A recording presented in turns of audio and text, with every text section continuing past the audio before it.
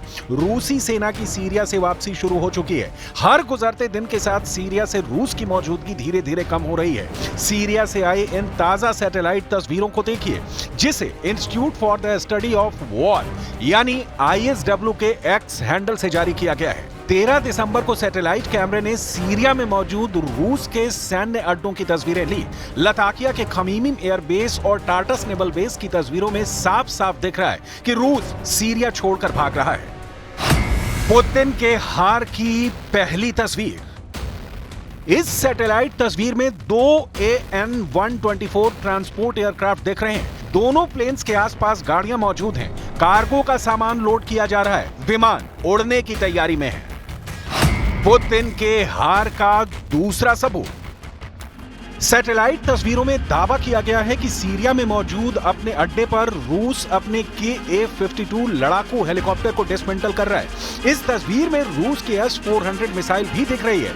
S-400 को भी रूस खमीमिम बेस से दूसरी जगह ले जा रहा है, क्योंकि रूस को पता है कि अगर ये मिसाइलें यहां पर रहीं और हेलीकॉप्टर जुलानी के लड़ाकों के हाथ लग गया तो क्या हो सकता है। रूस के हार का तीसरा सबूत। लताकिया के नजदीक ही रूस का टार्टस बेस मौजूद है, जहां से रूस अपने विरोधियों को आंखें दिखाता था। इसके पीछे टार्टस बेस की भौगोलिक स्थिति है, लेकिन असद सरकार के पतन के साथ ही रूस ने यहां से भी अपने युद्धपोत और पनडुब्बी निकाल लिए। छटपटा रहा है हिजबुल्लाह।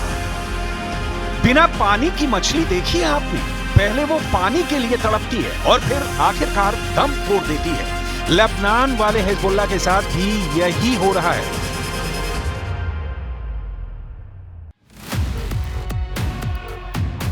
सीरिया में बशर अल असद की सत्ता का पतन होने के बाद हिजबुल्लाह की मेन सप्लाई लाइन कट गई है।